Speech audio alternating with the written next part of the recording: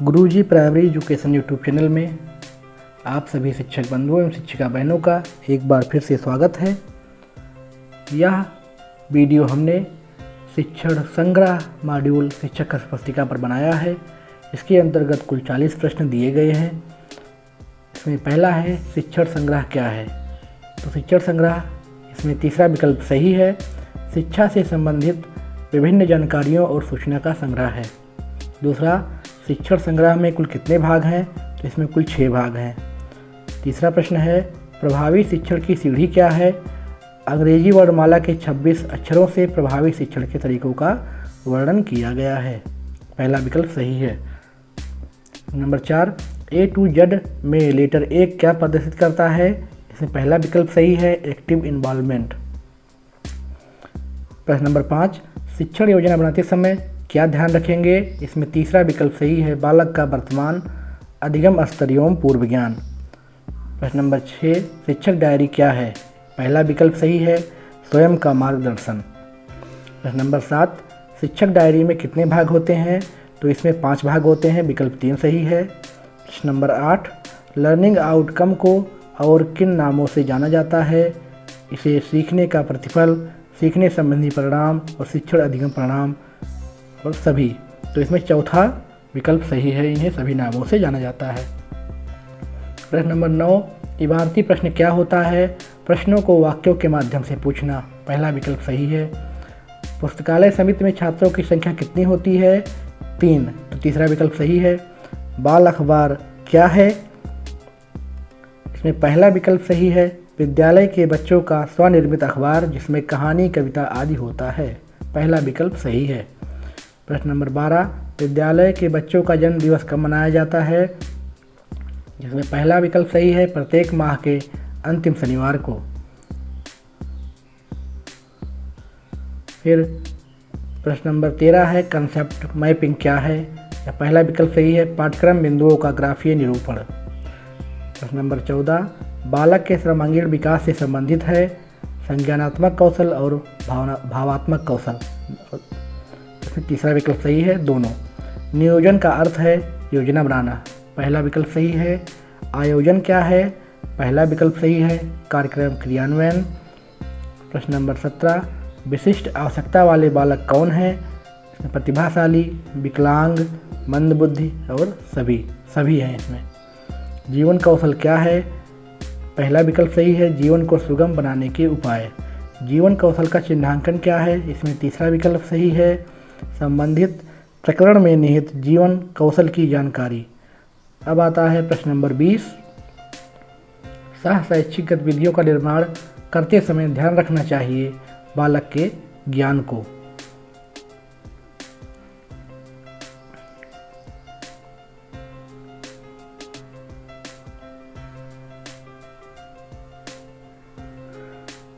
नहीं, 20 वाले में जो है वो रहेगा बालक की आयु। पहला विकल्प सही है।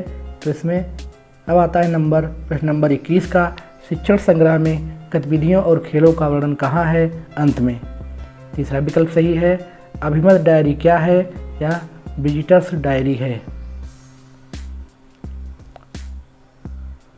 अब पहला विकल्प सही है। इसमें आता है प्रश्न नंबर 23, पढ़ाते समय बच्चों का आकलन कैसे करेंगे। तो इसमें तीनों विकल्प सही है, चौथा वाला इसमें सभी, इस विकल्प सही है। अब नंबर आता है 24, प्रश्नात्मक आकलन क्या है। इसमें तीसरा विकल्प सही है, बच्चों की प्रगति का सतत आकलन।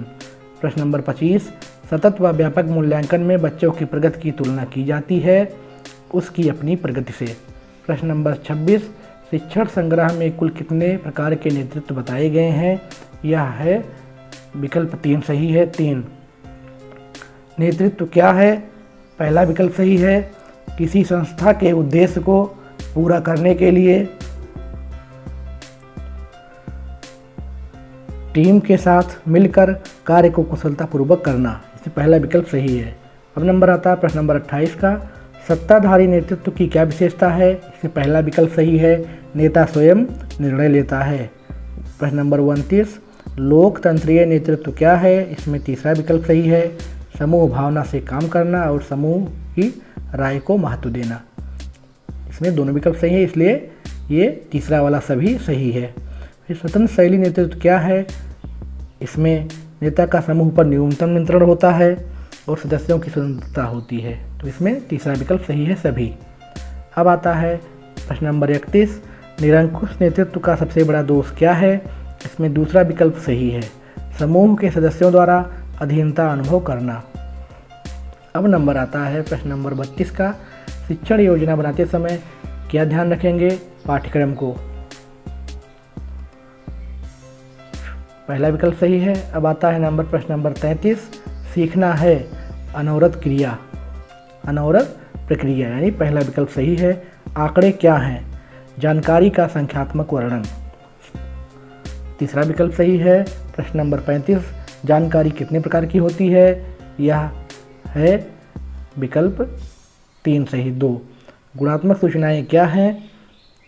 इसमें है दोनों विकल्प सही है, यानी विकल्प नंबर 3 सही है। जन पहल हस्त पुस्तिका किसे उपलब्ध कराई गई है? इसमें तीसरा विकल्प सही है, एसएमसी के सदस्यों को। दस्तावेजीकरण क्या है? आयोजनों की आख्याओं का क्रमवार संकलन और आयोजनों की आख्या, सभी सही है। समावेशी शिक्षा आधारित है सबके विकास के सिद्धांत पर, पहला विकल्प सही है। और अंत में नंबर आता है प्रश्न नंबर 40 का, बालक अपनी शिक्षा का प्रयोग अपने व्यवहारिक जीवन में करता है, यह है शिक्षण संबंधी परिणाम। तो इस प्रकार कुल मिलाकर 40 प्रश्न हुए और उनके उत्तर हुए। तो यह वीडियो यहीं पर समाप्त होता है। आप लोगों का बहुत बहुत धन्यवाद।